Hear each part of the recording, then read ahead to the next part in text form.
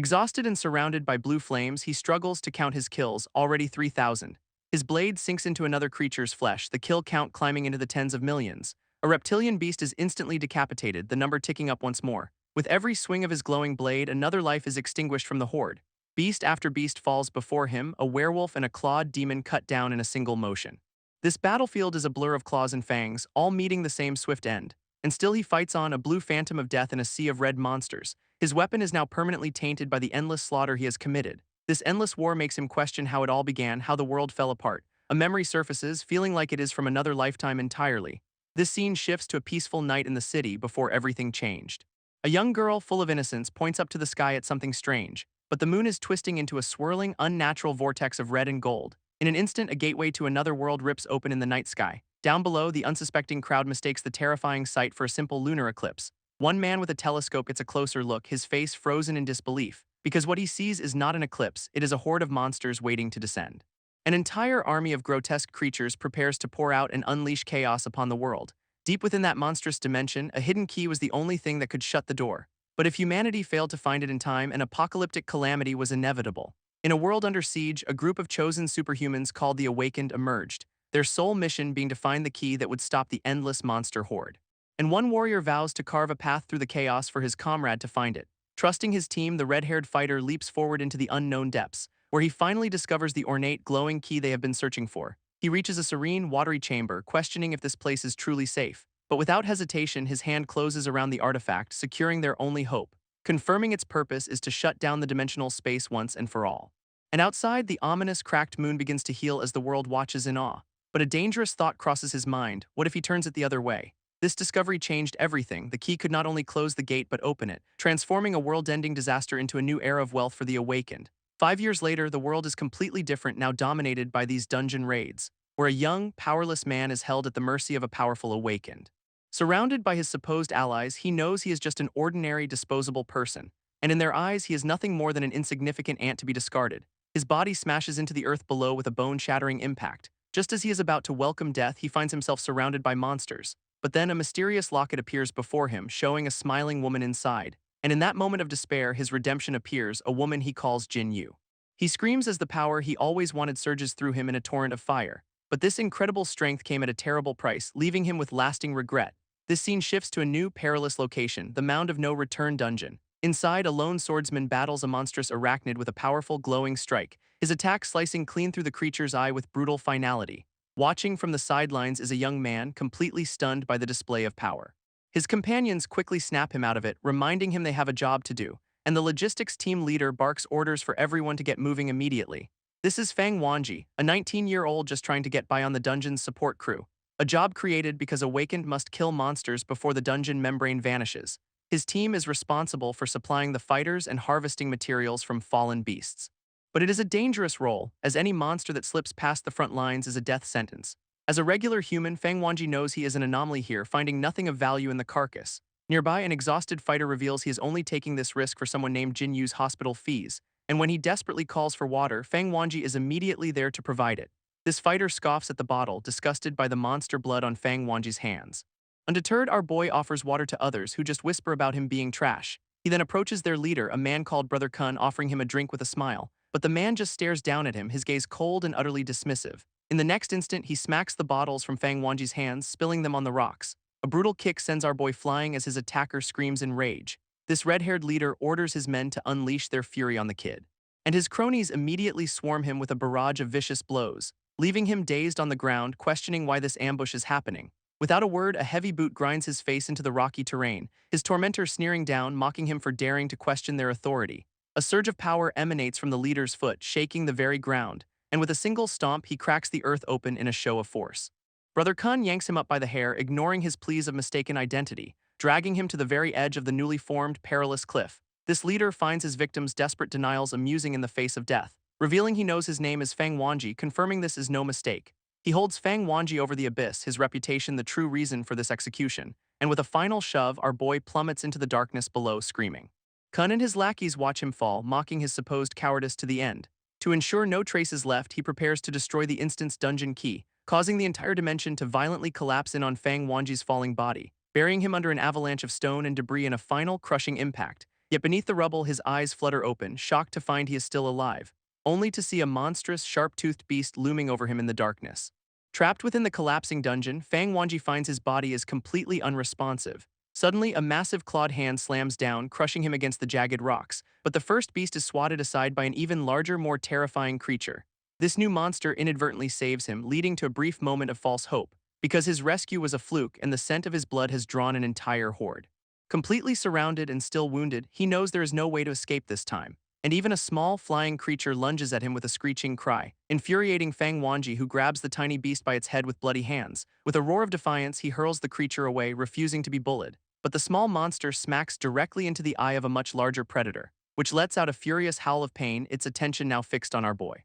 He looks up in horror, realizing his small act of defiance has provoked a true nightmare. A towering, mutated behemoth that now looms over the entire battlefield. A massive tentacle whips down with incredible speed, leaving him no time to react. This impact sending him crashing into the earth with bone-shattering force. Mortally wounded and bleeding out, he feels his consciousness begin to fade, his locket floating before his eyes as he accepts he cannot return to his old life. Lying broken amidst the rubble, his life slips away with each ragged breath, and the locket falls open, revealing the cracked image of the woman he fought for. As the monsters close in, his last thought is an apology to Jinyu. A final thought flashes through his mind, his promise to earn money for someone's care. Broken and bleeding, he accepts that this time he has failed completely, and tears stream down his face as he whispers a final apology to Jinyu. That single tear lands on a glowing object, triggering a pulse of energy, causing the surrounding monsters to reel back in confusion at the sudden flash. In an instant, a pillar of golden light erupts from the ground, vaporizing the entire horde. This divine beacon pierces the darkness of the collapsed dungeon, a symbol of new power, and within the blinding light, a serene eye opens, observing the scene. A massive pair of wings unfolds as an angelic being descends toward our boy, who can only stare up at the divine entity with a glowing halo and ethereal grace.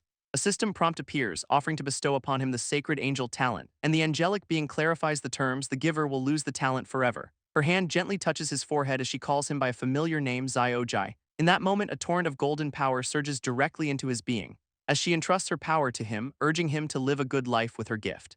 A strange, glowing sigil materializes above his head, marking his transformation, and his eyes now reflect this new power, a symbol of his second chance. From his back, magnificent wings of pure light suddenly erupt. A divine golden flame now dances around his outstretched hand, ready to be wielded, and from that sacred fire he summons an ornate golden sword, reborn as a warrior. Golden energy erupts from Fang Wanji, who screams as wings of light burst from his back. Now an angelic being, he hovers just out of reach of the monstrous horde below. With a calm expression, he prepares a devastating attack, a purple cross of energy forming. This attack slams into the ground, carving a glowing cross into the earth. In an instant, a creature is shredded into pieces by the violent energy. Another beast is ripped apart, its body disintegrating in the purple aftershock, leaving a trail of destruction as he soars through the blood-red aftermath. A system warning flashes, urging him to adapt to this newfound talent immediately.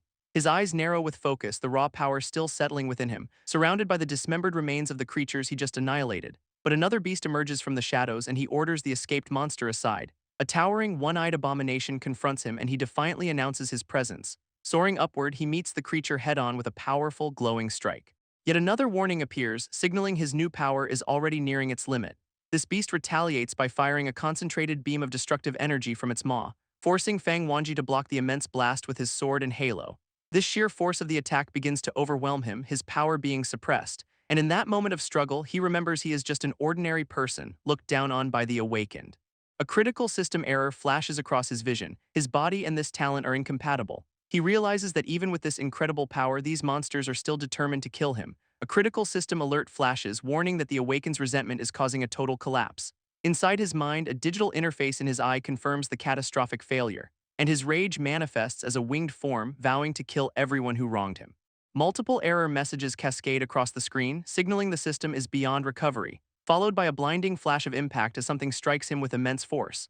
A jagged blade pierces his side, but he grits his teeth, defiant against those who scorned him, revealing the ornate golden sword that seems to be the source of this power. But a dark, corrupting energy suddenly surges through the blade, twisting its nature, shattering its form in a violent explosion of dark power and splattering blood. A horrifying, one-eyed creature now looms over his transformed body, roaring in challenge, yet his desire for vengeance only intensifies under a glowing crimson sigil. As the monster reveals its full, terrifying form with writhing, powerful tentacles, its massive limbs descend upon Fang Wanji's lone, glowing silhouette, but he roars back, challenging the beast to bring its full might upon him. A new system message appears, announcing his very talent is now mutating, and his body erupts in a torrent of blue flames, taking on a darker, armored form. With this newfound strength, he unleashes a devastatingly fast swing, instantly shredding the monster's tentacles into a shower of severed limbs, leaving the creature stunned and maimed by the sudden, brutal counterattack. In the darkness, his glowing blue eyes narrow with cold, lethal intent. His new form solidifies amidst the swirling blue and green energy. Landing with crushing force, his armored feet shatter the rocky ground, and his eyes now burn with a cold blue fire devoid of all mercy. A system prompt confirms the mutation, awakening the Death Angel talent. Now clad in dark demonic armor, Fang Wanji stands reborn as a harbinger of destruction, leaving the one-eyed monster stunned by this sudden, terrifying transformation. He offers the beast a single chance, telling it to summon all its companions, and the creature lets out a guttural cry, taking the bait completely. Its roar echoes through the collapsed dimension, a beacon for the horde, summoning a massive swarm of winged monsters from the blood-red sky. Unimpressed, Fang Wanji mocks the pathetic quality of the reinforcements, then takes a single, earth-shattering step forward to meet the challenge. He leaps directly into the fray, his dark blade a blur of motion, carving through the swarm with a series of devastating, crisscrossing slashes. Surrounded by the exploding remains of his foes, he prepares for the next wave, his eyes widening as he spots a much larger target in the chaos. With incredible speed, he brings his glowing blue sword down upon a multi-eyed beast, which can only stare up in shock at its impending doom. Fang Wanji roars that there will be no escape this time. Plunging his blade deep into the creature's skull with absolute finality, a new threat emerges, a massive golden insectoid queen leading her terrifying swarm, but Fang Wanji simply eyes the hive of corpse king bees ready for another fight. Raising a gauntleted hand, he declares that from this day forward, any creature that dares to bring him harm will be utterly annihilated, and with a single snap, he unleashes an explosive wave that vaporizes them all. He notes his power is not fully awakened yet, the blue aura still unstable. Standing over the carnage, he commands a shadowy mass on the ground to release. His gaze remains cold and unwavering, a warrior reborn in this collapsed dungeon. He scans the piles of monster corpses, searching for any remaining treasures. Finding countless crystal cores scattered across the ground, the prize for any awakened. Picking one up, Fang Wanji prepares to absorb its energy to grow stronger. A system error flashes across his vision, declaring him unable to absorb it. Confused, he examines the core as his dark, shadowy armor begins to dissipate. An explanation reveals these cores are the primary source of power for the awakened, so he questions why he cannot use it and tries to force the absorption again. Straining with all his might, he is shocked that the crystal still resists him, but then he feels a different kind of energy flowing into his body. Realizing it is the death aura from the slain monsters all around him. This means he does not need crystal cores if he can absorb power directly from corpses, and he now understands his path to strength is simple: just kill more monsters. After this realization, Fang Wanji rushes back to the site of the collapse, now confident that in his current state, getting revenge would be simple. He lands in a desolate forest, the only survivor in this shattered dimension, where he spots a faint glow and questions if it is the dungeon key. Finding a golden skull, he realizes his enemies meant to trap him here forever. Clutching the artifact, he seethes with rage, refusing to let them succeed. But for now, he leaves the key behind to focus on honing his skills. His first year trapped in the dungeon becomes a brutal montage of endless slaughter, and soon he is strong enough to face down hordes without his special armor. A single stomp is all it takes to crush a creature beneath his foot. Casually holding a severed limb, his expression now cold and battle-hardened, he even resorts to eating monster flesh, driven by one important memory. His mind flashes back to a city rooftop just 1 year prior. Remembering a peaceful moment spent reading with the woman he loved, Jin Yu, she showed him a picture of a rare item, a Seraphiz unlocker worth a fortune. Explaining that a key is created when the world inside a dungeon restarts, a process that only occurs once every single monster has been slain. Back in the present, seeing a monster fall, he understands what Jin Yu meant, and with his blade ready, he knows killing everything is his only way out. This next year is even bloodier as he carves through hundreds of thousands more. After 3 years of endless slaughter, he has killed over 1.5 million monsters. Lying exhausted on a mountain of corpses, he watches another soul ascend into the void. But a deep sense of hopelessness sets in, fearing this battle will never end. Suddenly, a tidal wave of dark energy and monstrous forms crashes down upon him, revealing an endless sea of glowing eyes emerging from the abyssal darkness. He now understands this entire horde originates from the monstrous sea before him. In that moment, his eyes widen in shock at a new presence he senses. A sudden, terrifying realization dawning on his face as he looks up in alarm. For 10 years, the monsters have grown stronger, and an S-rank behemoth now emerges, igniting his blue-flamed armor as he charges forward to meet the new threat head-on. This creature's immense power sends him crashing violently into the jagged red terrain, knowing that even a single mistake against this powerful foe will mean certain death. With a surge of energy, he unleashes a swift, blade-like attack of his own. Diving straight towards the monster's gaping maw to land a decisive strike, and his blade connects with brutal force, sending a massive spray of blood into the air. Wounded and breathing heavily, the intense battle is clearly taking its toll on him, and for a moment he considers that giving up might be the easier path. But his respite is short-lived as yet another horde of creatures emerges from the shadows. his resolve hardening as he remembers the face of Jang Kun, the man who betrayed him. And above all, he cannot forget Jin Yu, the one person still waiting for his return. Hovering over the horde, he reaffirms his goal to kill them all for the unlocker, a bloodshot eye revealing his desperate, maddening desire to finally escape this hell. This 12th year of his imprisonment begins, marked by a lone, glowing treasure tree. Strangely, he has not managed to kill a single monster for an entire year, because only one final monster is left, a griffin drawn to the glowing treasure tree. Seeing his chance, Fang Wanji dives from the sky to begin the final battle. He descends upon the beast with blinding speed, aiming a decisive blow at its head. But though his blade tears through its flesh, the creature's wounds instantly regenerate. Towering over him, the beast prepares a devastating counterattack with its massive talons, its claws smashing the ground as he admits this foe has troubled him for a whole year. This creature then unleashes a powerful energy attack, its form glowing with immense power, engulfing Fang Wanji in a massive, fiery explosion that shakes the very ground. It soars over the scorched earth, leaving a field of erupting energy in its wake. But Fang Wanji stands defiant, annoyed by the beast's repetitive energy barrage. A grim smile crosses his face as he sarcastically laments his own terrible performance. Revealing he's been chased and beaten by this same attack for the entire year, he is forced to retreat as the relentless explosions close in on his position. But instead of fleeing, he turns to face the onslaught, manifesting an energy bow, taking aim at the massive sphere of destructive energy hurtling toward him. This griffin smirks, revealing it was baiting him into this defensive posture all along. Fang Wanji hovers above a field of erupting energy pillars, narrowly avoiding the blasts. But he is suddenly struck by a barrage of projectiles that explode against his armor. This source is a massive, feathered griffin that dives down with incredible speed, which acknowledges him as a worthy opponent despite his apparent weakness. Its magic speed and power are described as nearly invincible in a fierce clash, and Fang Wanji realizes this is the first SS-rank monster he has ever faced. This beast offers him a chance to live if he agrees to become its slave, demanding an answer while holding him at its mercy with a show of power. Unimpressed, Fang Wanji scoffs at the monster's typical method of torturing humans, then grimly questions whether he can even be considered human anymore. Enraged by his defiance, the griffin unleashes a devastating final attack, sending a storm of energy blades converging on him from all directions. At that moment, Fang Wanji recalls a hidden power called the Black Tide activating, a strange ability that made him temporarily immune to all attacks. It also made any damage he dealt to monsters completely unhealable. His form now shrouded in shadow, he tells the beast it made a fatal mistake, raising his blade and coldly telling the creature to prepare for its end. He unleashes a new technique, the Death Necklace Cut, forming a ring of energy, which instantly slices through the griffin's neck in a flash of blue light. This colossal SS-rank monster falls, its reign of terror finally over. Standing amidst the ruins, Fang Wanji understands the world's restart is finally happening. Above him, a massive vortex of pure energy swirls open in the dark sky. This brilliant light reflects in his determined eyes, his goal now within reach. And from the vortex, a glowing, ethereal form begins to materialize from the light. He instantly recognizes the legendary Seraphiz, the key Jin Yu described all those years ago. Landing with immense force, he shatters the ground, ready to claim his prize. His entire being is focused, every ounce of power ready to be unleashed. With a powerful leap, he soars into the air, wings of darkness propelling him upward. But another entity suddenly appears, a strange, liquid-like being guarding the path. Undeterred, Fang Wanji charges directly toward this unexpected fluid guardian, plunging his armored hand directly into the creature's strange, watery form. Sinking deep into its core as ripples of energy spread through its body, this creature seems shocked to find him suddenly inside its very being.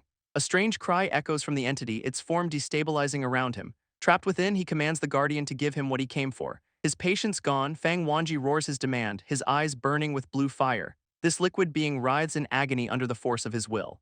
Its entire form contorts violently, unable to resist his overwhelming power. And from the chaos, a new, winged angelic shape begins to emerge. Finally, his hand closes around the ornate golden key, his escape now a reality. With tears of relief, Fang Wanji celebrates his final victory after decades of slaughter, and the hellish landscape of the dungeon begins to give way to a new dawn, as a brilliant pillar of light erupts, signaling the world's long-awaited reset.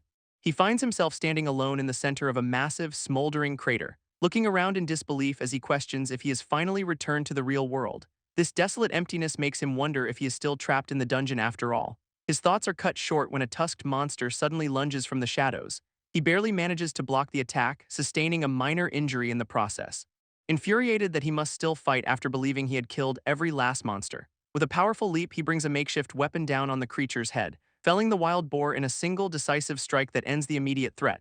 But he is shocked that his current strength is only enough to defeat such a weak foe. He realizes all the death energy he'd accumulated was consumed to survive the dungeon's collapse, leaving him as nothing more than an ordinary low-level awakened once again. Wandering through a forest, he spots a cabin and decides to search for food. and cautiously peeks inside, calling out to see if anyone is home. He is met with a grim sight, discovering the skeletal remains of former hunters. After finding some clothes left behind, he prepares to face the world anew, discovering a map and realizing he has been gone for a staggering 20 years. With a new purpose, he steps out of the cabin, ready to navigate this changed world. He picks up the monster core, the only proof of his recent pathetic battle. Back in the city, Fang Wanji consults the map, a stranger in a familiar world. His finger tracing a path to the hospital, his only thought now is finding Jin Yu. A promoter for the Wild Spirit Guild bumps into him, handing over a flyer, and on it is the face of his betrayer, Jang Kun, smiling back at him. A burning rage ignites within him, realizing the time for vengeance has finally arrived. As he sees Jang Kun's face plastered on a massive skyscraper billboard, hailed as a hero. This broadcast praises the traitor for defeating S-rank monsters and donating keys to the public, filling Fang Wanji with a cold, simmering fury at the blatant lies. His hand clenches, crushing the flyer as he internalizes his hatred. And with his target now clear, he walks away, knowing the guild only accepts the strong. His journey leads him to the massive, futuristic hospital he was searching for, noting with a heavy heart that the building remains unchanged after all these years. Inside, a desperate nun pleads with a pastor to save her dying son, but the man coldly informs her she cannot afford the B-rank core needed for the surgery. This pastor then violently shoves the distraught woman aside, telling her to get out of his way. But Fang Wanji catches her before she falls, asking if she is all right. This nun looks up in shock, recognizing him after 2 long decades. He immediately asks if she is Jin Yu's nurse and demands to be taken to her. With tears in her eyes, the nurse struggles to deliver some terrible news about Jin Yu. He stands before a tombstone, learning the woman he fought for could not wait for him. Fang Wanji reels in absolute shock, his entire world shattering in an instant. A memory flashes back, showing a peaceful sky as birds take flight. A nun explains that Jin Yu passed away nearly 20 years ago, right after he was trapped. In a flashback, priests desperately tried to heal her, but their blessings failed to save her life. And overcome with grief, the nun tearfully recalls preparing Jin Yu's final resting place. Fang Wanji can only weep, thanking the woman for her kindness through his own sorrow, offering her a glowing S-rank core to cover the burial expenses, a priceless treasure. This woman is stunned by the gift's immense value, refusing to accept something so expensive, but he gently presses the crystal into her hand, insisting she take it. Fang Wanji then reveals he knows her own son is sick, urging her to use it for his life, asking only for a moment alone to speak with the one he lost. Kneeling before the cold stone, he finally confronts his devastating new reality. Through his tears, he presents a handful of glowing gems he collected just for her, revealing a treasure trove of S-rank cores he had painstakingly gathered over the years. He had planned to cure her illness and make a necklace with the rest. But now that she is gone, the precious gems fall from his grasp, shattering on the ground. His life's purpose for the last 2 decades has become completely meaningless. Overwhelmed by despair, he apologizes for not being there as dark energy begins to stir, and his grief erupts into a massive wave of darkness, consuming the entire cemetery. Hiding in a cemetery, Fang Wanji watches a futuristic airship fly overhead, broadcasting a message, and overwhelming grief brings tears to his eyes as he listens to the broadcast. This message congratulates a powerful guild and offers a huge reward for praising Jang Kun online. A name that ignites a dark, vengeful fury within Fang Wanji's eyes. In a fit of pure rage, he screams his vow of vengeance and shatters a massive tombstone. This shattered pieces of the monument rocket into the sky, striking the airship above, causing it to explode, which surprises a well-dressed man observing from a nearby balcony. Annoyed, he dismisses the president's airship exploding as disappointing and orders an investigation. While back at the cemetery, a strange blue energy rises from the graves all around. This death energy flows into Fang Wanji, who reveals he has already recovered half his strength. With some power restored, he heads into the neon-lit streets of the bustling city, his destination being the Awakened Mission Exchange Center, a familiar hub for hunters. Looking down at the diverse crowd, he notes how lively the place remains after all these years. A center that serves as a haven for freelance awakened avoiding guild contracts. It also attracts outsourced support members, a role he painfully remembers from his past. Returning after 20 years, he reflects on how his own mindset has been completely transformed. He moves through the crowd, certain that Jang Kun must have assumed he died long ago. A thug suddenly presses a gun to his back, but he remains calm, knowing he must lay low. Nearby, a burly hunter tries to sell a captured creature, eager to get paid and enter a dungeon. But the hooded vendor inspects the monster, noting it lacks a crystal core and is barely valuable. This muscular man demands more money for the monster parts, but Fang Wanji calmly holds up a hand. He recalls seeing these creatures before, explaining their crystal core is not hidden inside the body, but instead grows on the front of their claws to power the tentacles' movements. This revelation makes the brawny hunter ecstatic, realizing the huge profit from 6 grade C cores. He tries to pay Fang Wanji for the tip, but our boy refuses the reward, asking for a favor instead. And with a sly grin, Fang Wanji asks to join the man's upcoming dungeon raid. His request immediately raises suspicion as the hunter questions his true motives for entering the dungeon. Fang Wanji nervously claims he is just researching monsters, hiding his real goal of absorbing death aura. This man then asks about his awakened talent, to which Fang Wanji admits he has none, offering only support, which earns him a mocking laugh from a green-haired man lurking nearby. This newcomer scoffs at the idea, telling a talentless person to stick to simple guild missions to avoid death. This muscular leader apologizes for his teammates' harsh words, explaining the risk of bringing an ordinary person, as a single weak link could jeopardize the entire team's survival in a fight. Fang Wanji simply tells the man to ignore him, noticing the green-haired man's injured arm, and he directly asks the rude newcomer what happened to his wounded limb.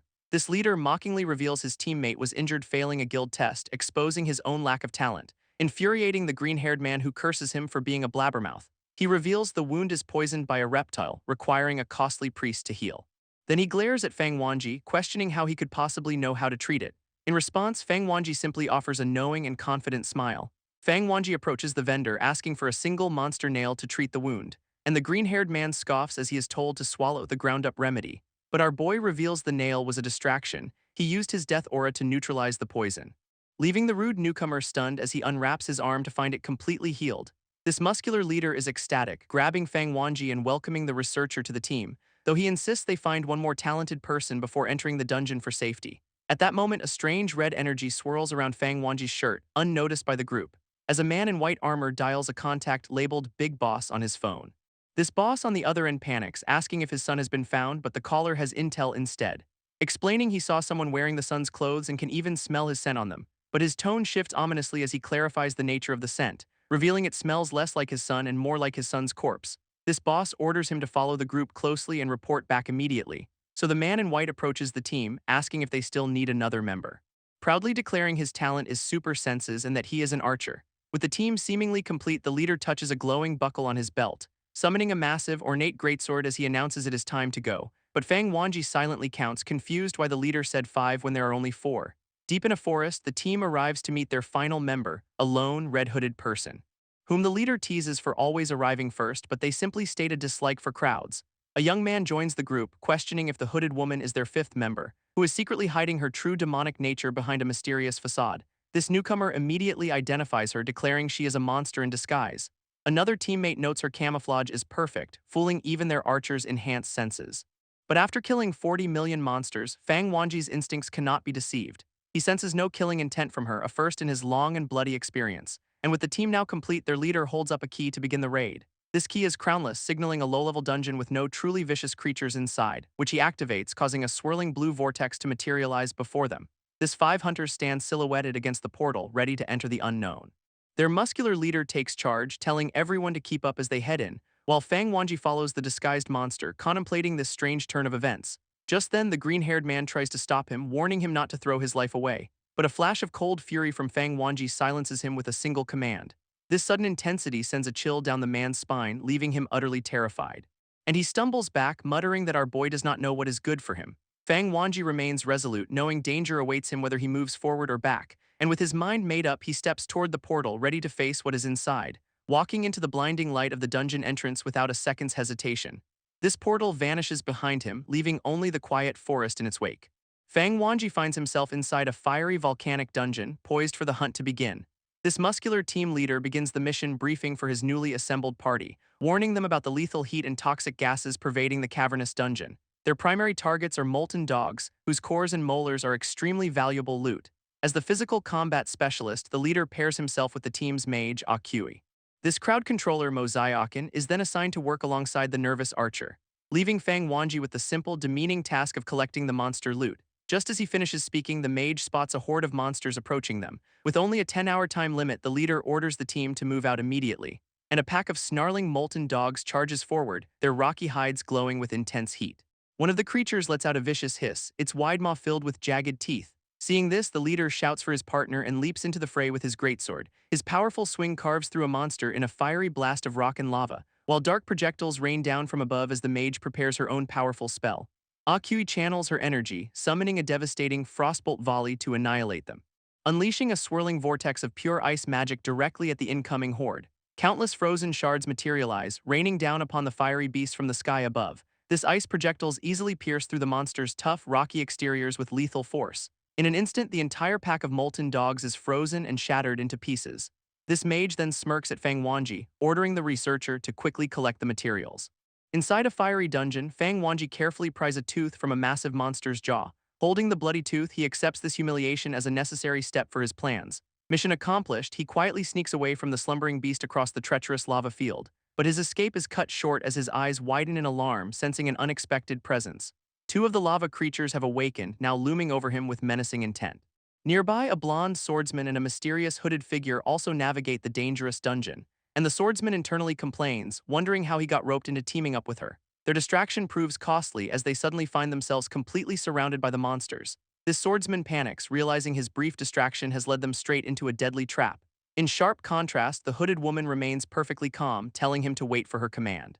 As a strange, hypnotic energy begins to emanate from under her hood while she focuses her power. This energy washes over the massive creature before her, seemingly entrancing it. Its massive jaw hangs open, the creature's single eye now completely under her influence, and with the beast completely mesmerized, she has created the perfect opening for an attack. Turning to the stunned swordsman, she gives the signal to strike with a single word, now.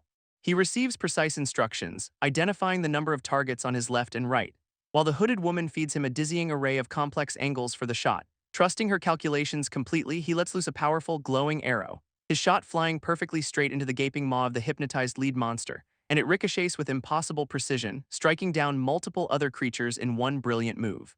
This archer weaves through the horde, his glowing arrow a blur of motion among the beasts, leaping through the air as he fires another perfect shot, clearing a path for his partner. With a confident look, he confirms the last monster is down, his job now complete.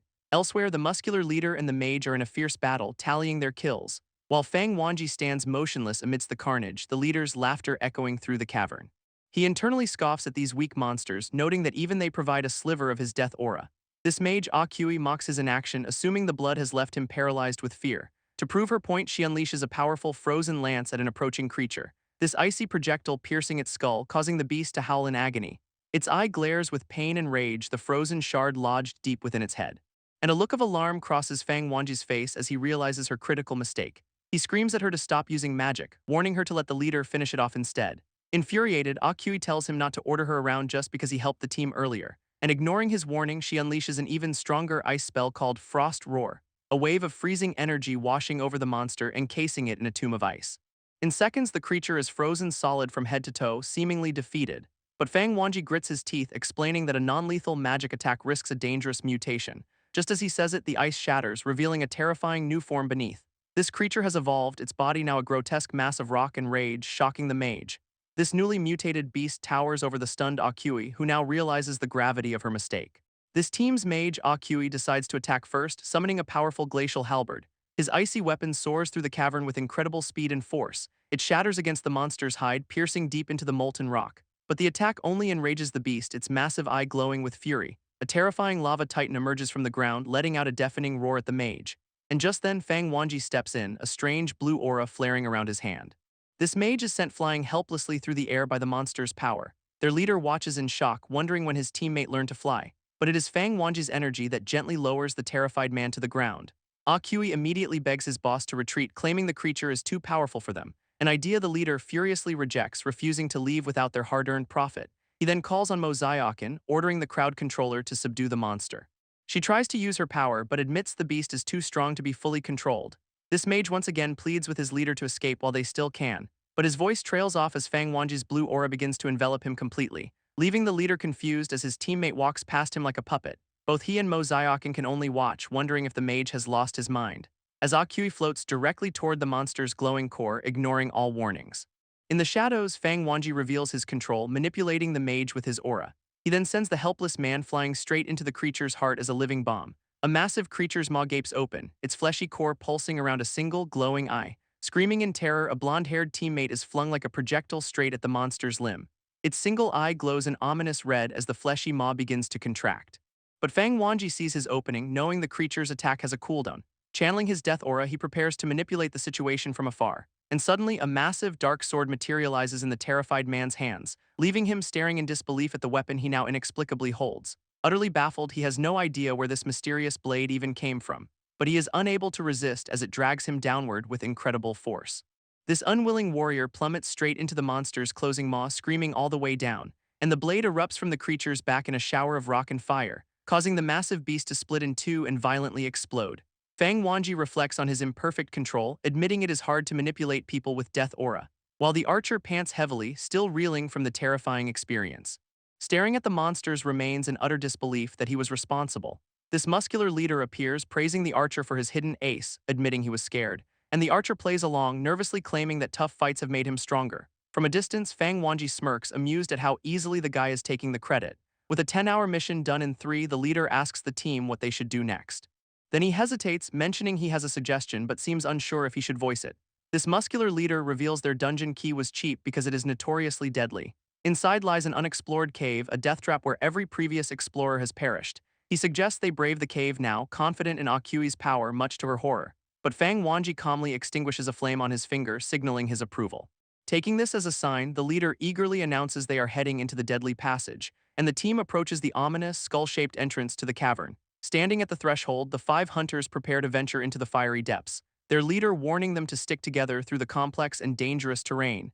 In an instant, he turns around to find himself completely alone in the passage. Panicking, he decides his only option is to cling tightly to the powerful mage, Akui. Meanwhile, Fang Wanji stands by himself, completely unfazed by the separation. Knowing the local monster's tactic is to wait for intruders to go deep before sealing the exit, he deduces they must be lying in ambush near the entrance as blades suddenly shoot from the walls. And he spots the archer, realizing the man intentionally split from the group. This archer smirks, believing he has found the perfect chance to interrogate Fang Wanji without witnesses, but our boy simply utters a single word, seemingly expecting this turn of events. Towering, mutated monsters suddenly emerge from the shadows to confront him, sending the hidden archer into a panic, certain that even a B-grade hunter would die here. In a blur of motion, the entire pack of mutated beasts is instantly sliced to pieces, leaving the archer completely stunned as their dismembered bodies rain down around him. A confused lava monster stares at the blue blade passing harmlessly through its chest, but in the next instant, it and its brethren are sliced apart, shattering into fragments. Fang Wanji scoffs, wondering how long he must fight these weaklings to regain his death aura, when a single glowing red eye opens in the cavern's deepest shadows. Finally, a true challenge emerges, a massive lava titan that our boy deems a decent opponent. This titan immediately throws a colossal, flaming punch straight down at him, its fist descending like a meteor, ready to incinerate everything in its path. Yet Fang Wanji calmly raises a hand, conjuring a sphere of dark, crackling energy. This orb of pure power expands rapidly, pulsing with an ominous blue light, and it meets the fiery attack head-on, stopping the titan's assault cold. With just 2 fingers, he mocks the beast, asking if that is all the strength it has, which only enrages the monster, its maw opening to unleash a torrent of flame. Above them, a massive sphere of dark energy materializes, dwarfing the entire cavern, and the orb implodes with incredible force, sucking in all light and sound. Far away, the leader and his teammate are rocked by a violent tremor, completely bewildered, as the dark energy crashes down, shattering the cavern's rocky foundations.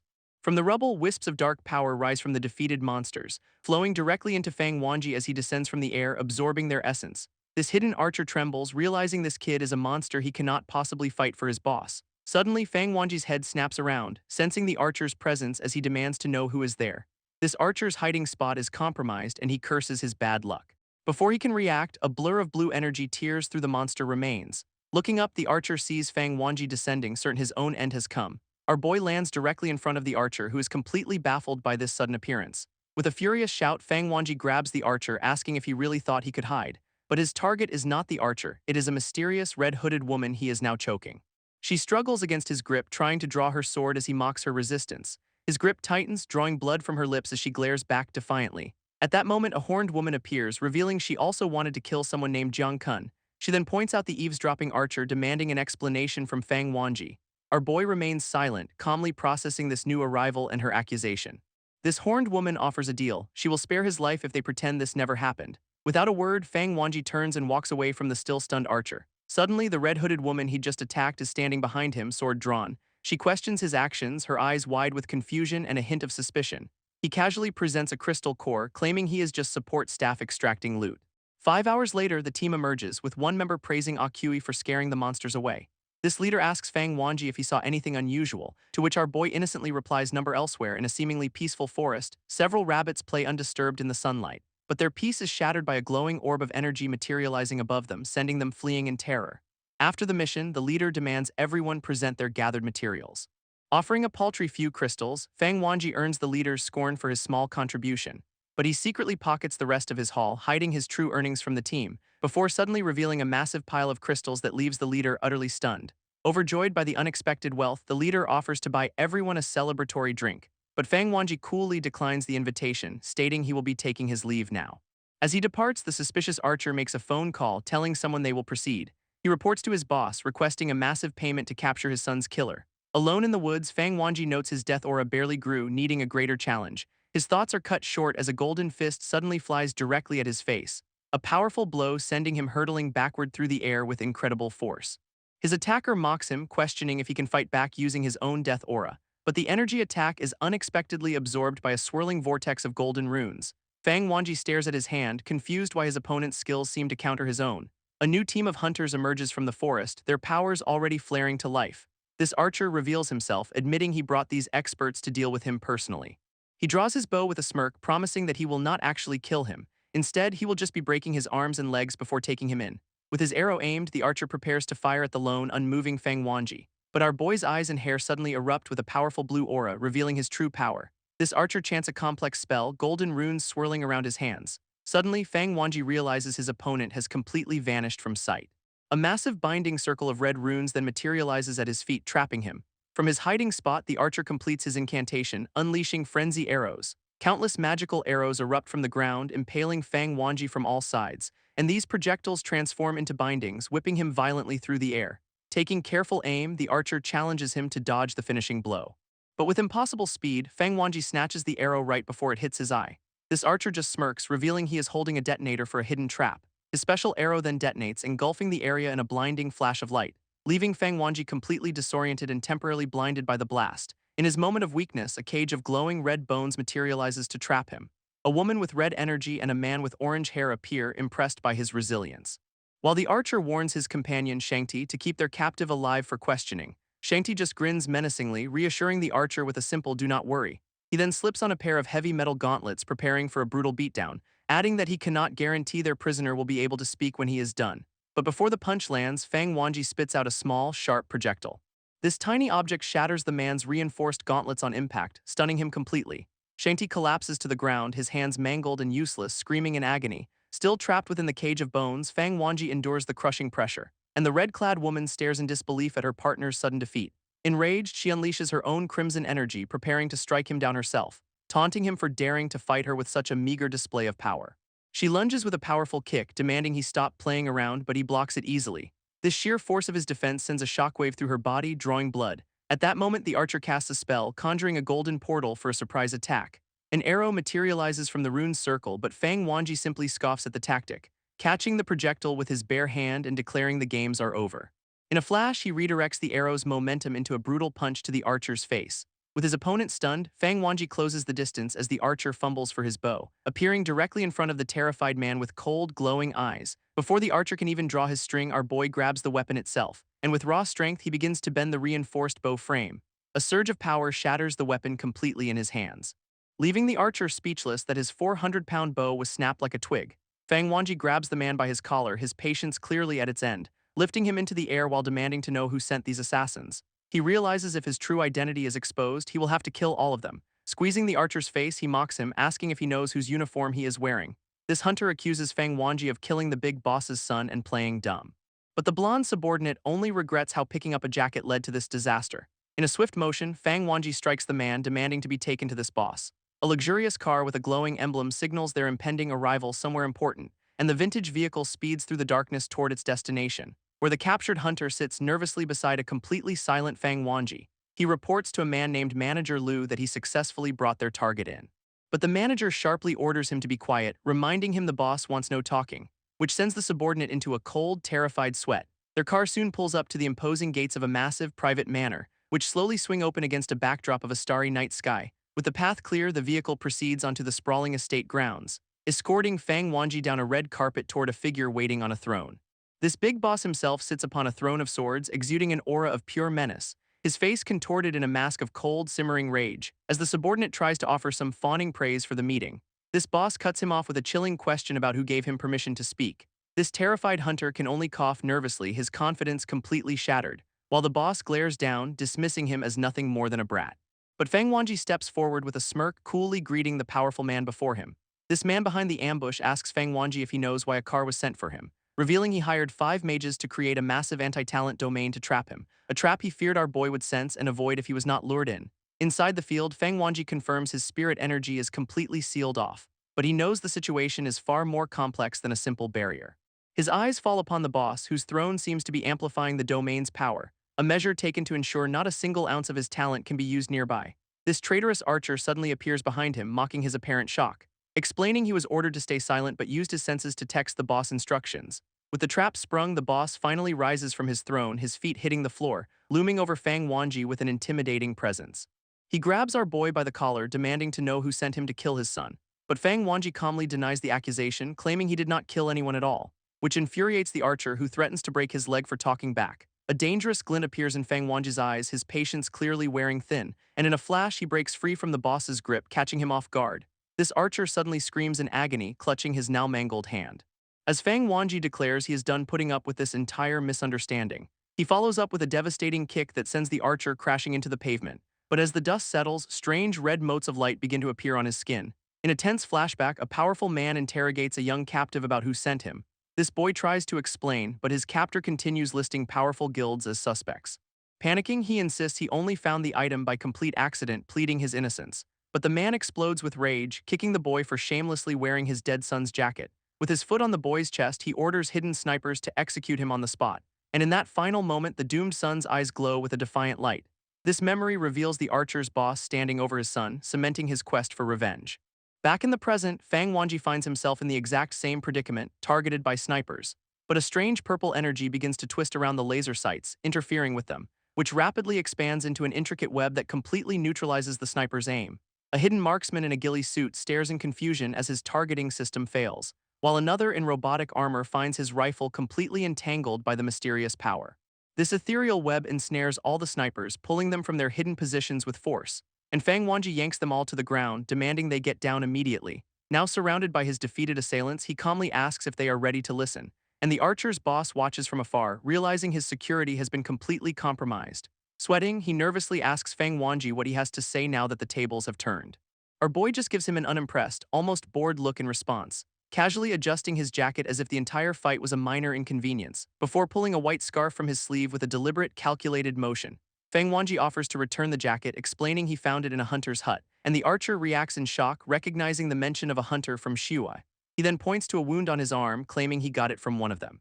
Our boy questions if they were just out drinking, which the archer nervously dismisses, revealing in a flashback his boss passed out drunk, so he took a job out of boredom. He frantically insists his only job was to cool the sniper rifles, not to cause any harm. Meanwhile, the boss's subordinate recalls hearing about an rank hunter also from Shiwa, and the archer confirms it, accusing the man of cannibalism and showing a bite mark. This accusation of cannibalism hangs in the air, catching Fang Wanji's full attention. He now remembers seeing a full skeleton in the hut, which he dismissed as a prop. He speculates the bones might belong to the boss's son, whose face darkens at the thought, and with grim resolve, the boss orders his manager to arrange a helicopter to Shiwa immediately. Their destination is a remote, snow-covered forest, shrouded in the darkness of night. Where a helicopter descends, its rotors cutting through the silence of the woods. Fang Wanji and the archer then approach the isolated hut where the jacket was found. Inside, the subordinate examines the remains, identifying the scent of poison in the boss's son. Noting the bite marks and jaw shape leave no room for doubt about the victim's identity. He turns to the boss, confirming with certainty that these are his son's remains. And a devastating scream rips from the boss's throat as he clutches a bottle in grief. Cradling the skull, he weeps, heartbroken that his son never listened to his warnings. In a flashback, the boss's son proudly shows his father his newly awakened powers, but his father scoffs, dismissing abilities in favor of earning money for the company. This boy believes becoming a powerful awakened one is the only path to earn his father's respect. Dejected, he turns his back on the man and walks out of the office, vowing to find a master and return strong enough to leave his father speechless. A subordinate asks the boss if he should follow the young master on his journey, but the man refuses, stating this training is necessary for him to inherit the business. This memory then shifts to the grieving father holding his son's skull, swearing vengeance. Cradling the skeletal remains, he demands to know who is responsible for this tragedy. This archer reports the killer belongs to a powerful guild under the command of Jang Kun. Overwhelmed by grief, the boss lays his son's skeleton gently upon a couch, before ordering his manager to assemble all their forces for an all-out war. His subordinate warns him that directly challenging such a powerful guild is a suicide mission, explaining their target has public support and a war would ruin their reputation. Yet the loyal manager affirms he will prepare for battle if that is the boss's final command. This heartbroken father tenderly holds his son's remains, whispering that it is time to go home. As he carries the skeleton away, he promises to deliver the killer to him soon. Elsewhere, a group discusses the young master's death, noting the poison was surprisingly weak. A long-haired warrior reveals the same C-rank poison still managed to pierce their ice armor. In a different arena, an ice-wielding woman watches her opponent fall as she forfeits the match. In a different scene, a fur-clad fighter screams at the defeated archer demanding he forfeit, and the archer admits the skill gap is too massive as a blue-haired man watches on. Later, that same blue-haired man finds that valuable A+ cores were stolen from a storeroom. Elsewhere, a cleanup crew carefully packs skeletal remains into a box near a helicopter. In another flashback, an older man tries to placate a teal-haired youth, calling it a misunderstanding, offering him anything he wants as a supposed show of gratitude for his help. But the youth makes only one request, a jacket to conceal his identity. This scene then shifts to an imposing, traditional dojo under a starry night sky, where the hooded youth arrives only to be turned away by guards at the gate. In an instant, the massive signs above them shatter and come crashing down. As a wave of dark energy erupts from the youth, sending the guards flying. Now inside, he stands in a hall filled with awards and photos, his aura glowing ominously. A group of warriors are alerted to his presence, wondering who this intruder could be, before he blurs into motion, wielding a massive, intricately designed blade. This guild members charge forward, warning him they will not hold back since he barged in, and with his sword poised, the youth prepares to meet their assault head-on. In a flash, the entire group is defeated, their bodies scattered across the floor. He points his sword at the lone survivor, who begs him to stay back in terror, but the intruder simply demands that he summon the new Shuhai hunter among them. Sweating and trembling, the man scrambles to obey the order without hesitation. A hooded man watches as his opponent is brutally sliced in two. Suddenly, a masked figure in a fur coat appears on the roof, taunting him from above. And he reveals two other rank assassins have also arrived to join the hunt. This hooded man deduces this new foe has devolved from consuming too many power cores. He then warns the two backup assassins that his business is not with them, but the one in the wide-brimmed hat just mocks his apparent arrogance, while his white-haired partner suggests they just tear their target into 3 pieces. In a stunning reveal, the hooded man smirks, glad his bait for spirit energy worked. With that, the trio of assassins leaps down from the rooftops to attack him all at once, but Fang Wanji unleashes a torrent of dark energy to meet their assault head-on. This white-haired woman is shocked by his power as her weapon is covered in spikes. Her partner yells at her to stop playing around and get serious with their opponent, but Fang Wanji coolly asks if they even have the chance to get serious anymore. With a simple point of his finger, he tells them to look down at their feet, where shadowy spikes erupt from the ground, impaling 2 of the assassins instantly. A blast of red energy suddenly flies toward him from the side. As the fur-coated leader scoffs at him for using such childish tricks, Fang Wanji simply retorts that the man is overestimating himself, reaching out his hand. Enraged, the assassin unleashes a powerful poison blow directly at him, engulfing Fang Wanji completely in a torrent of corrosive pink energy. But as the corrosive energy fades, Fang Wanji simply spits the poison from his mouth, and the fur-coated leader screams in agony as the reflected attack melts his own face. With a contemptuous gesture, our boy sends the entire blast right back at its source, slamming the devolved assassin brutally into the stone wall behind him. He coldly lectures the man, calling those who rely on status and power trash, and the assassin begs him not to underestimate him as his face begins to shift. His head then transforms into a monstrous reptilian creature, biting down on Fang Wanji's hand, but the beast is immediately impaled on the very sword it tried to attack. Fang Wanji scolds him for foolishly absorbing cores far beyond his own skill level, leaving the devolved hunter defeated and bleeding out on the tiled floor. With a smirk, our boy offers a sarcastic thank you for the pathetic fight, standing over the remains of the man who thought he could win with brute force alone. Suddenly, a new fighter with a yellow mohawk appears, admitting he wanted this guy gone anyway, and impressed by the display, he invites Fang Wanji to join him for a test. A moment later, a look of dawning horror crosses his face as he recognizes the intruder, because he is now staring into the eyes of the very man he was sent to hunt. This once confident challenger now bows nervously before Fang Wanji's intimidating presence, feigning ignorance and asking if they have somehow met before in a panic. Fang Wanji promises to jog his memory by peeling his skin off, blurring into multiple afterimages, but the man narrowly dodges the next slice, a fiery aura flaring up to protect him. A new challenger arrives at a fighting pit, casually standing over a fire as an observer calls him crazy. And watching from the side, Fang Wanji wonders if his opponent has a fire talent since he never saw him move. This tattooed fighter draws his blade with a brilliant flash of light. Standing over a fallen rank, he notes his opponent must be in the top 200 now, but Fang Wanji places a hand on his shoulder, telling him he challenged the wrong person, and the fighter explodes with golden energy, boasting that he is ranked in the top 100. He throws a powerful punch, which Fang Wanji manages to block with his forearm. Before our boy catches the fist, his own blue aura flaring against the fighter's golden flames. Twisting his opponent's arm, he sends the man stumbling back in surprise. But Fang Wanji examines his hand, confused how he got burned despite blocking the attack. This tattooed warrior just smirks, mocking him for trying to analyze his talent. Declaring his fighting style is too complex, he lunges forward for another assault. So Fang Wanji rips a massive stone slab straight from the floor, hurling it directly at the charging fighter with incredible force.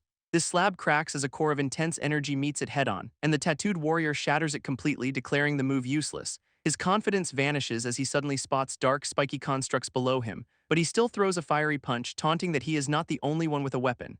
At that moment, Fang Wanji has a revelation. His opponent is not a fire-class talent at all. He then leaps forward, his arm transforming into a massive dark blade to strike him down. Dark, ethereal energy wraps around Fang Wanji's hands as he prepares for close combat, and his opponent is shocked he is brawling instead of using his known special talents. This tattooed man struggles to defend against the relentless energy-infused strikes, their high-speed exchange of blows shattering the very ground beneath their feet. Tauntingly, the man asks why Fang Wanji is not using his fire abilities, but our boy just smirks, asking if the rapid pace is making it hard to concentrate. He correctly deduces his foe can no longer use his mind to speed up electrons, leaving the tattooed warrior stunned at how quickly his power was analyzed. Fang Wanji presses his advantage, enjoying the fact that his opponent is now flustered. He then reveals he first grew suspicious when his metal zipper began to burn. In such close proximity, it was strange that only the metal was affected, and seeing the man instantly heat a stone confirmed his theory about electron manipulation. To test this, he attacked with his spirit sword, which his opponent dodged instead of burning, confirming that he had figured out the man's carefully disguised talent. He explains that mind-based powers fail when the user is overwhelmed, unleashing a powerful attack. Enraged at being called useless, the tattooed man glares from the rubble, bleeding but defiant. He rises from the debris, warning Fang Wanji not to get arrogant just yet, claiming at full power he can accelerate hundreds of different particles, not just electrons. A massive column of fiery energy erupts from his body as he unleashes his true strength, promising with a bloody grin to create a heat field that will incinerate our boy completely. This assassin unleashes a massive fiery explosion, vowing to reduce his opponent to ashes, but the blast backfires, severing his own arm as he stares in utter disbelief. And in the next instant, dark energy whips around him, slicing through his body. His limbs are completely severed as he screams in agony among the rubble, while Fang Wanji calmly explains that his opponent's spirit energy is hollow and ineffective. Terrified and broken, the man pleads for mercy, admitting his defeat completely. Fang Wanji coldly promises to send Jang Kun to meet him in the afterlife, raising his blade for the final blow as the assassin begs him to wait. A sudden memory flashes through the man's mind of a young victim recognizing him. With his last breath, he desperately tries to bargain, mentioning someone named Su Jinyu, and that name immediately catches Fang Wanji's attention, stopping his blade. This strike is too late to halt, however, as the sword plunges deep into the man's chest. In grabbing the dying assassin, he frantically demands to know what happened to Jinyu. This man simply offers a cryptic, dying smile, his secret kept forever. Leaving Fang Wanji frustrated with only a dead body and unanswered questions, he looks over the scene of destruction, pondering the assassin's final cryptic words. This assassin's lifeless face offers no more clues, his mouth still stained with blood, which slowly curls into a haunting, posthumous grin of defiance. Elsewhere, a pulsating organ reveals the assassin survived by splitting his heart's particles, a 20-year-old trick. He plans to reattach his limbs within minutes and immediately report this incident to Kunji. This mohawked assassin lies defeated on the ground, his arm completely severed. In utter disbelief, he questions how this could have possibly happened to him, as shadowy spikes tear through his face in a brutal, final assault. This entire area is obliterated, sending bodies and debris flying beneath a dark vortex. Amidst the chaos, Fang Wanji stands completely unscathed, his power still radiating, deciding that since his cover is blown, he must now erase all evidence of the fight. From the rooftops, he looks down, confident that no one will ever discover what he did. But a mysterious woman in a bodysuit watches him walk away from the scene. This horned observer silently judges him as reckless for causing such a commotion, while another woman in a maid outfit walks off, annoyed that he spoiled her plans. Elsewhere, a new group of hunters faces a towering insectoid-rank monster. His allies warn their leader, Jang Kun, against recklessly fighting such a powerful beast, but the red-haired warrior just scoffs, boasting that he is a newly minted rank himself.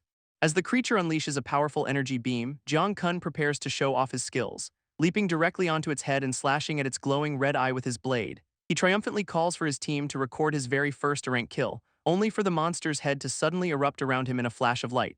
In the next instant, its massive pincers pierce straight through his body, causing him to scream in agony. And he realizes with horror that he was hypnotized by its eyes the entire time.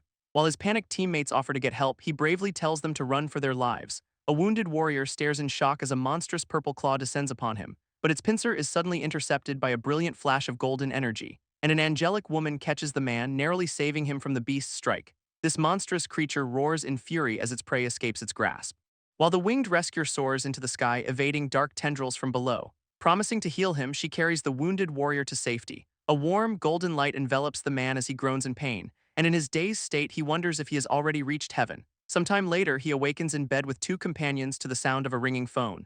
Annoyed by the late-night call, he demands the person on the line have important news.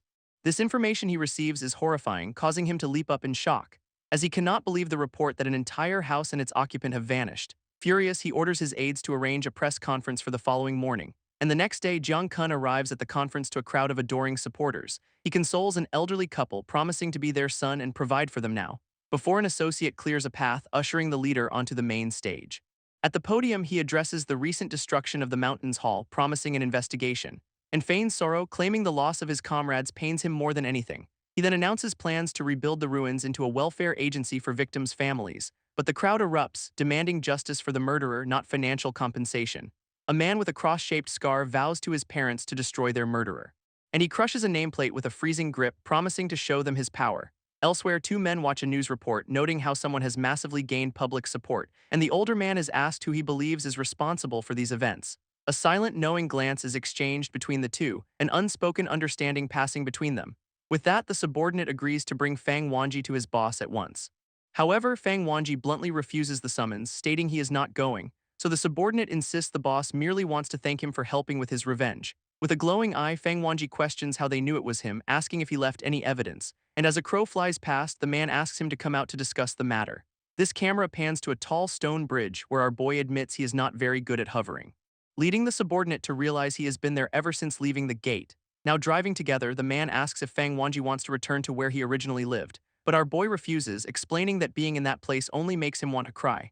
Their destination is a massive, castle-like estate with towering blue spires, and inside a traditional room, the subordinate announces Fang Wanji's arrival to the boss. This older man offers him a cup of calming tea, addressing him as my little brother, and both men take a sip, their expressions carefully neutral and unreadable. Breaking the silence, the boss calmly states that Fang Wanji went a bit overboard, and with glowing eyes, our boy repeats his question, demanding to know how he was identified. An old man sips his tea, accusing his guest of secretly making an entire hall vanish. And Fang Wanji calmly admits he acted for reasons beyond just simple revenge. Tapping the table sharply, the old man instructs him to put down his cup. He then pours more tea, warning that opposing Jang Kun means becoming an enemy of society.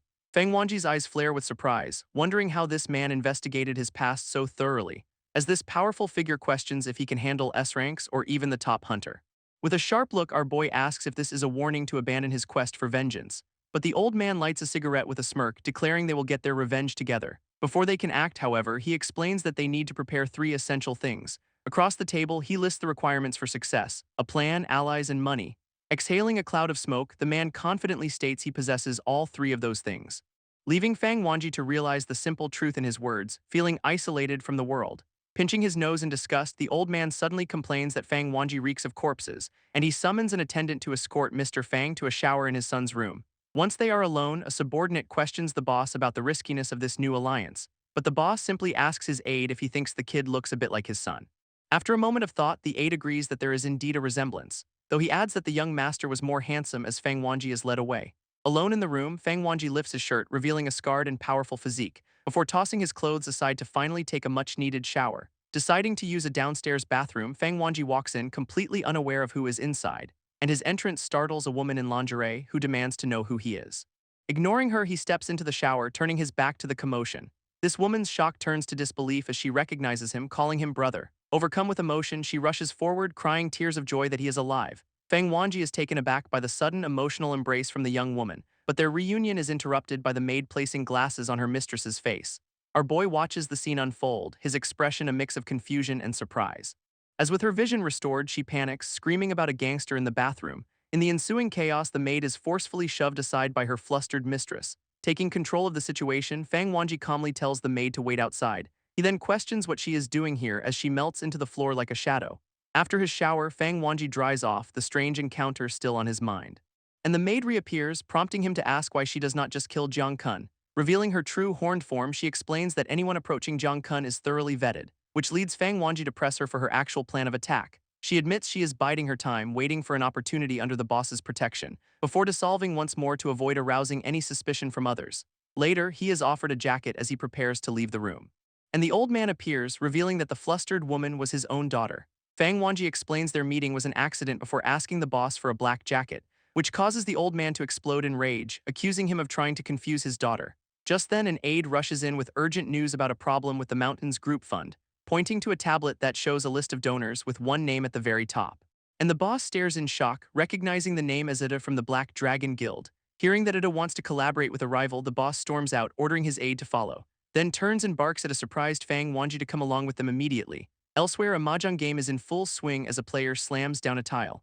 This men laugh and curse around the table, completely unaware of the chaos about to erupt. As a vintage car suddenly smashes through the wall, sending the entire room flying. Amid the rubble, the boss and Fang Wanji emerge as a man with a red prosthetic arm issues a warning. This hulking man furiously confronts them, questioning if they have a death wish for attacking the Black Dragon. But Fang Wanji moves in a flash, his dark energy sending the brute crashing into the ceiling. Two more thugs leap down to attack, one unleashing a swirling vortex of energy from his hands. But our boy effortlessly blocks the assault, shattering the man's hand in the process. With a swift kick, he sends the second attacker flying backwards through the air, who then reveals a hidden snake preparing for a venomous strike. Fang Wanji snatches the serpent from his hand, threatening to smash his opponent's head with it, and he makes good on his threat, brutally slamming the man's face into the concrete floor. This old man watches in horror, yelling at him to stop and asking if he thinks he is fighting monsters. This old man warns his aide, Lao Lu, that their new ally is too reckless to control his strength. And understanding the order, Lao Lu calmly faces down a massive gang of hostile fighters. With a single step, he unleashes a strange, swirling energy across the ground, trapping the entire group within a massive, watery vortex of his own creation. His opponents are suddenly enveloped in a thick, disorienting fog, unsure of the source. A female warrior warns her allies that their target is not to be underestimated, realizing too late the true nature of his terrifying and deadly talent. As a spectral Iron Maiden materializes from the mist before her, in an instant she is brutally impaled from within, a victim of his cruel power. Lao Lu walks through a field of defeated foes, each sealed inside an iron prison. Elsewhere, a different crime lord sits weakened and hooked up to medical machines. As an associate approaches the ailing boss, demanding to know what he wants. This visitor sarcastically praises the man's supposed charity and recent donations, before violently pressing a lit candle into his forehead, demanding repayment of a debt. He accuses the boss of laundering money through Jang Kun's foundation and bankrupting his own guild. This visitor explains he is only causing trouble to maintain a fragile truce between the guilds. He offers a grace period on the debt, pouring a dark liquid into a goblet. But in exchange, he demands to know everything about Jang Kun's secret activities. Cornered and terrified, the guild leader sweats under the intense pressure of the interrogation. Back in the present, Lao Lu simply tells his boss that he understands the situation completely. This subordinate kicks the old man's oxygen tank, cracking the canister open. Furious and gasping, the informant realizes his vital air supply has been cut off. His interrogator then pours a mysterious liquid directly into the tank's valve, demanding the old man reveal everything he knows about his powerful boss. This man confesses under duress, admitting he helped acquire a talented child from the mountains.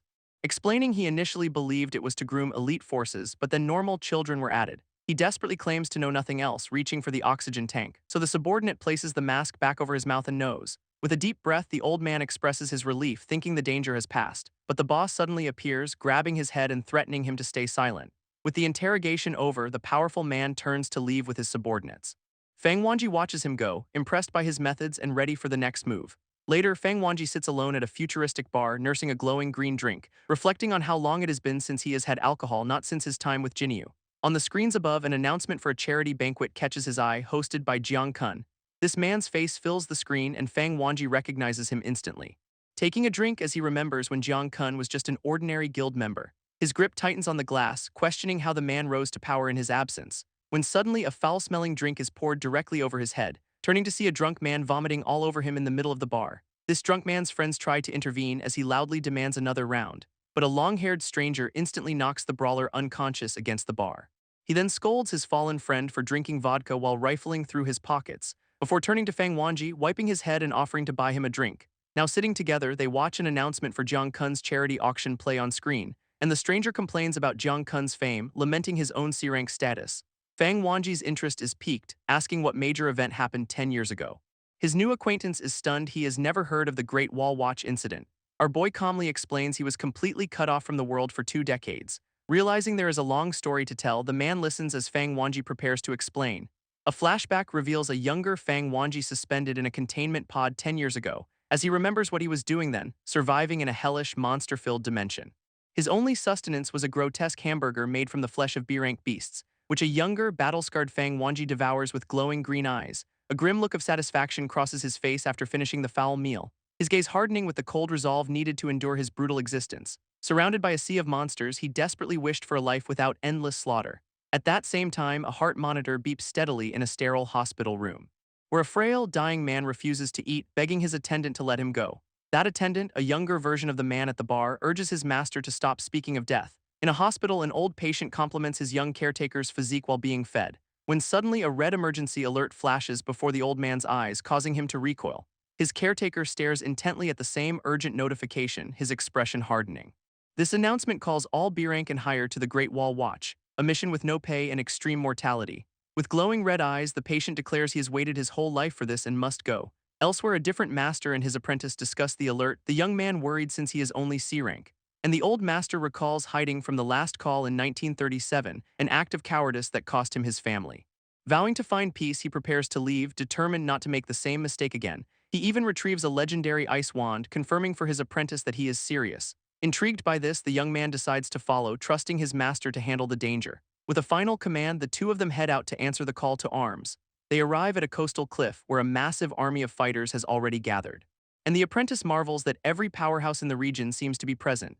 This crowd includes a legendary S-rank talent known for killing foes without even moving, and another monster who passed the S-rank test with his bare hands, losing an arm in the process. This old master scoffs, telling his apprentice not to be so easily impressed by S-ranks, before pointing out a different group, explaining that the true big shots are over there. His apprentice's eyes widen in shock as he recognizes the powerful individuals.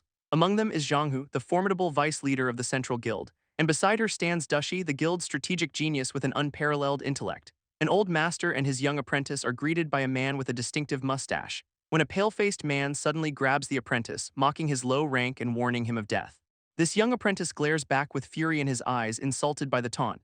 But his master just laughs, assuring him he will not be watching from the sidelines. Filled with bravado, the apprentice shouts that he is not scared and is ready to fight any invaders, and the man with the mustache chuckles, advising the boy to run if things get too dangerous. Together, the group stands on the shore, looking out at the dark ocean and asking for an update.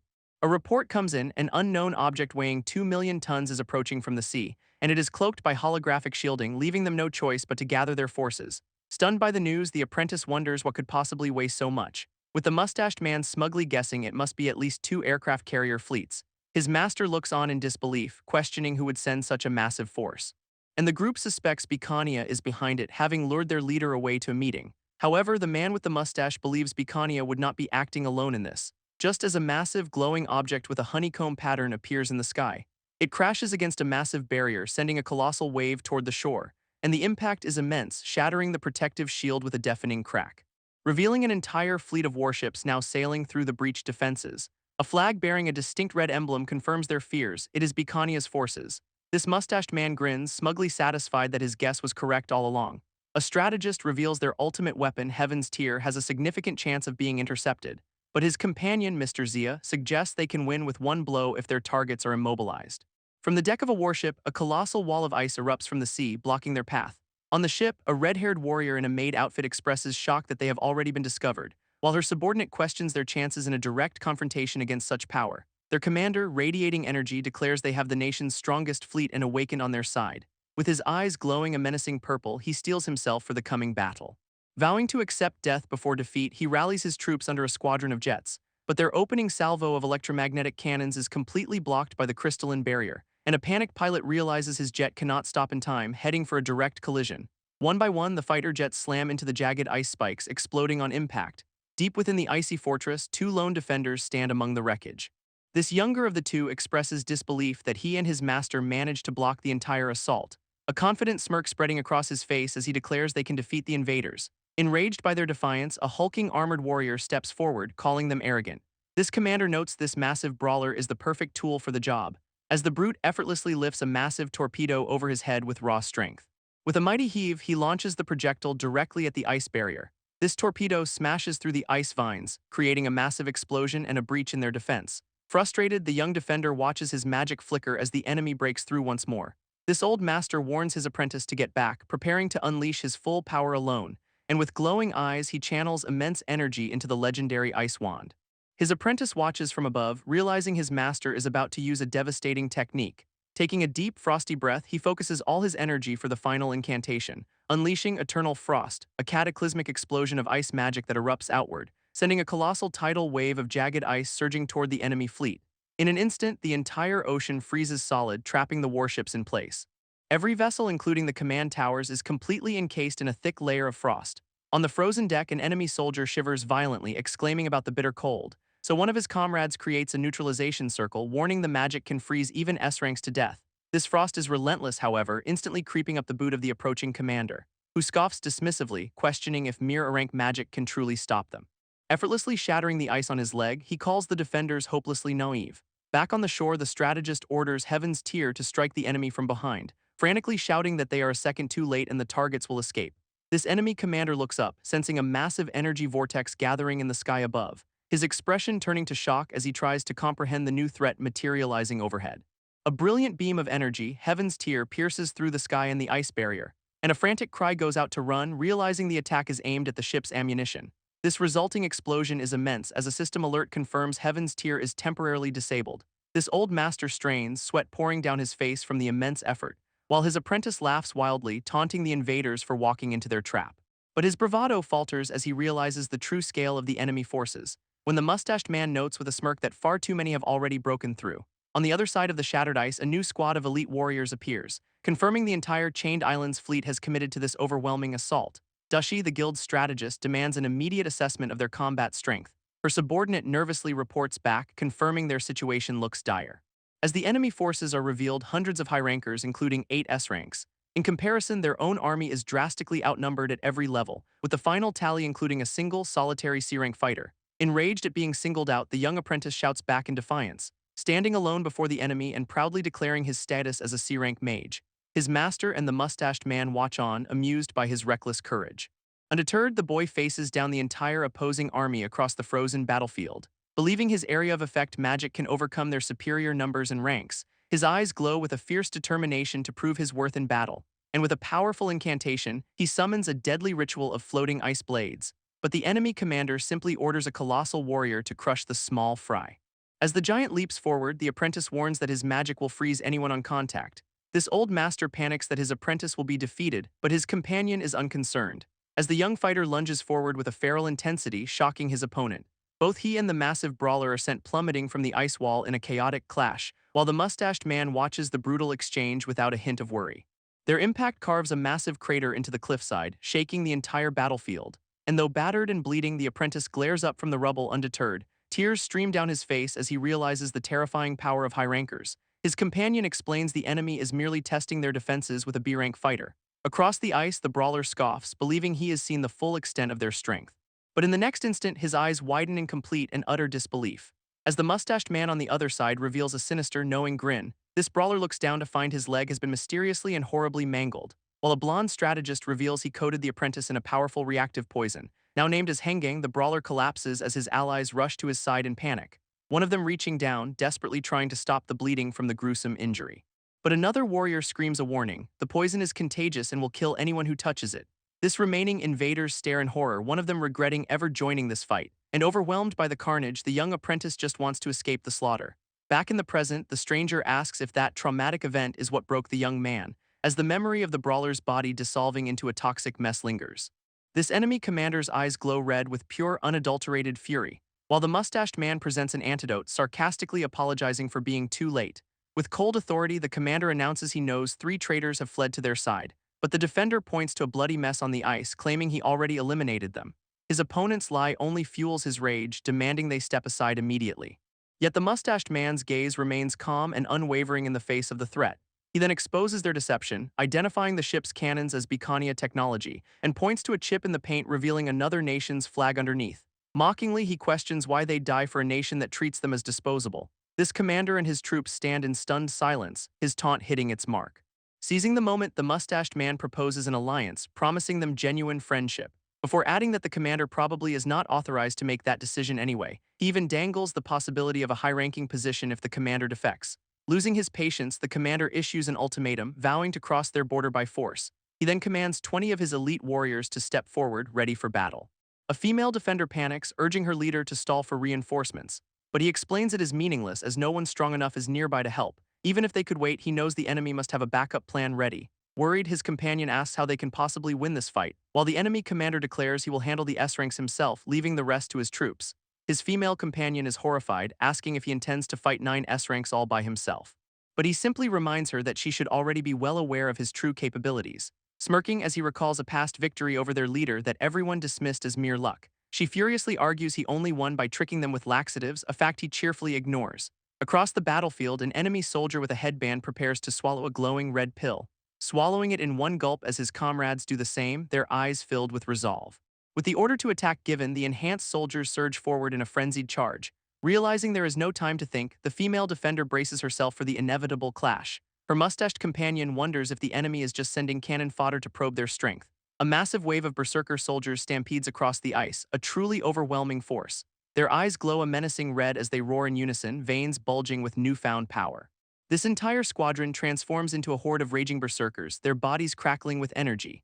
This old master looks on in horror, realizing they have all consumed the fragment of the jade. Panicked, the female defender screams at her own allies not to charge into the berserker wave. But the old master acts first, summoning a colossal ice dam to block their path. This grand, spiked barrier erupts from the ground, dwarfing the charging soldiers below.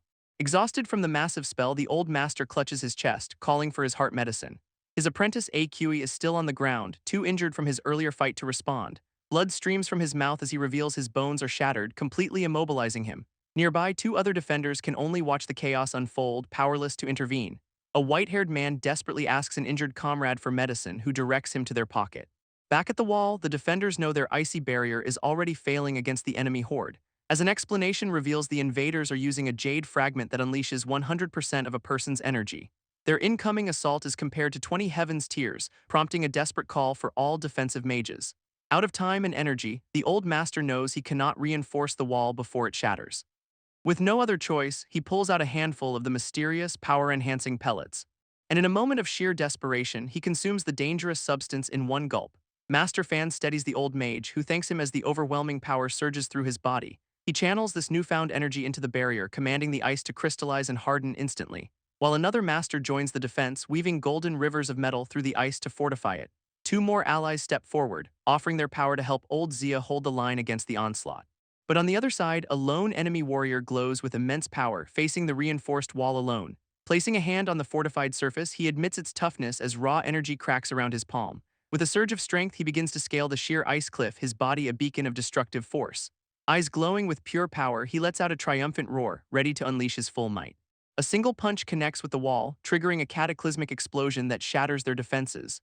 This defenders stare in horror. A barrier designed to stop an asteroid is crumbling from a single blow. Dashi realizes with dawning terror that if the others attack simultaneously, their entire line will be annihilated. Master Fan leaps into action, telling the others to prepare as he moves to intercept these human bombs himself. But below him, an entire legion of supercharged warriors surges forward, a tide of living explosives. Leaping into the fray, a lone defender smashes his fist into a crowd of glowing red berserkers, while his female comrade joins the fight, vowing to detonate them before they reach full power. Her punch connects with brutal force, staggering one of the living bombs, and with an incredible uppercut, she launches another enemy skyward toward an unknown fate. This launch, soldiers then detonate in a blinding flash of light high above the battlefield, their explosions raining down upon the defensive wall, cracking the massive structure under the assault. Seeing his chance, the enemy commander orders his troops to keep her busy while the rest destroy the barrier, and immediately 4 of the berserkers swarm the female warrior, attempting to restrain her. As she is held back, the rest of the suicide squad charges toward their objective.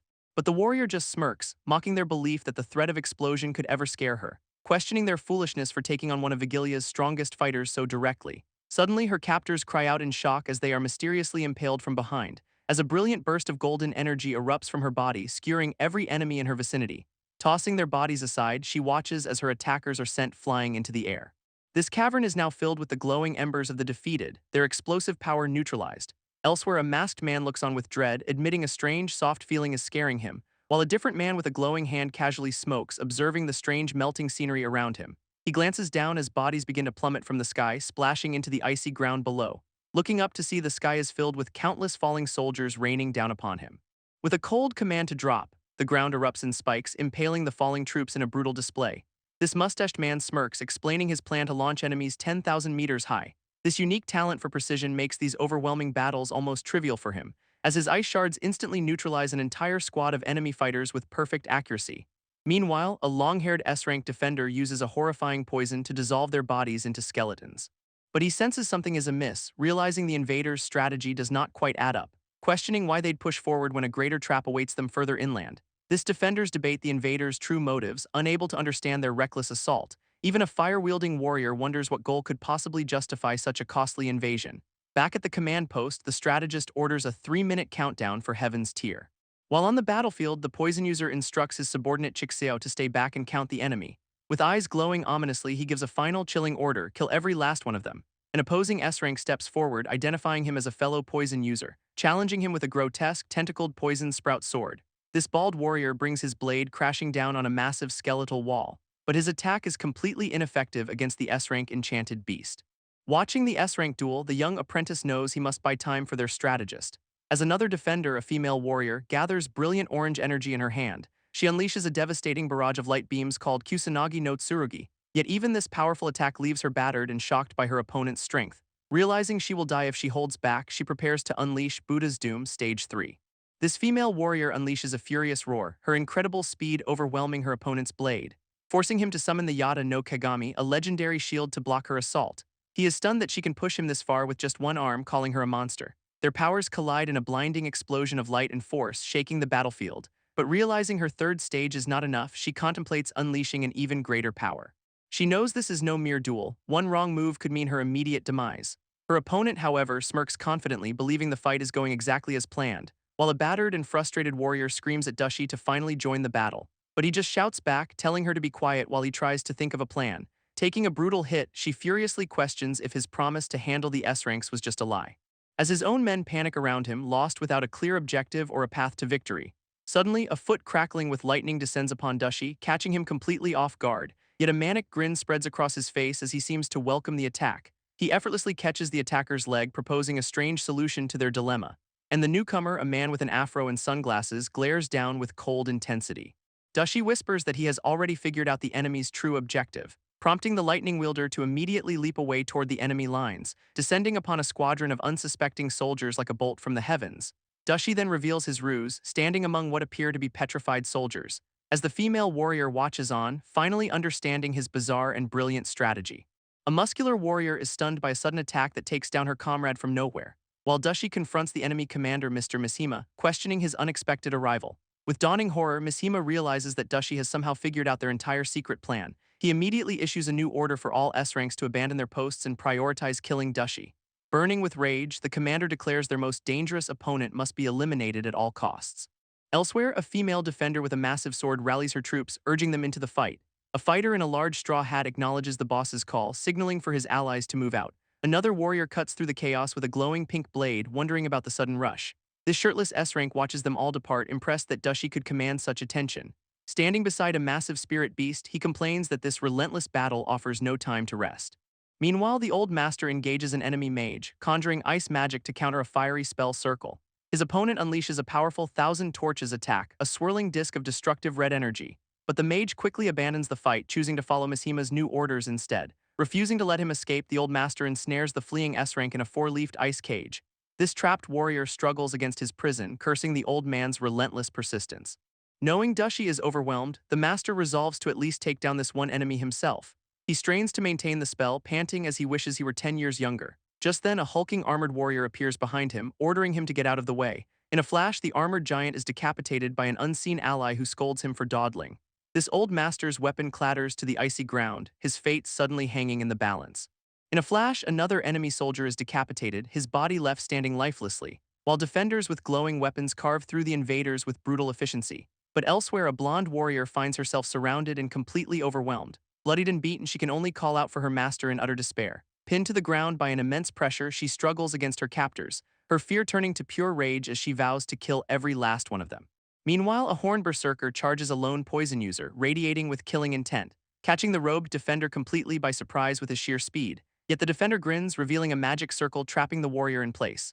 This trap allows him to finally aim his deadly poison sprouts with perfect accuracy. From above, he directs the swirling purple tendrils to strike his immobilized foe. But the horned warrior unleashes his full power, summoning a demonic golden rod. He smashes it down, creating a scorching flame carpet that engulfs the area, forcing the poison user to narrowly escape behind a hastily made defensive web. His attacker mocks him for only being good at running away as the poison strikes empty ground, though a strategist reveals this was all a feint to lure him into Taijing's trap below. At that moment, the mustached warrior Taijing activates a massive, glowing weapon, unleashing a colossal pillar of energy that erupts from beneath the battlefield.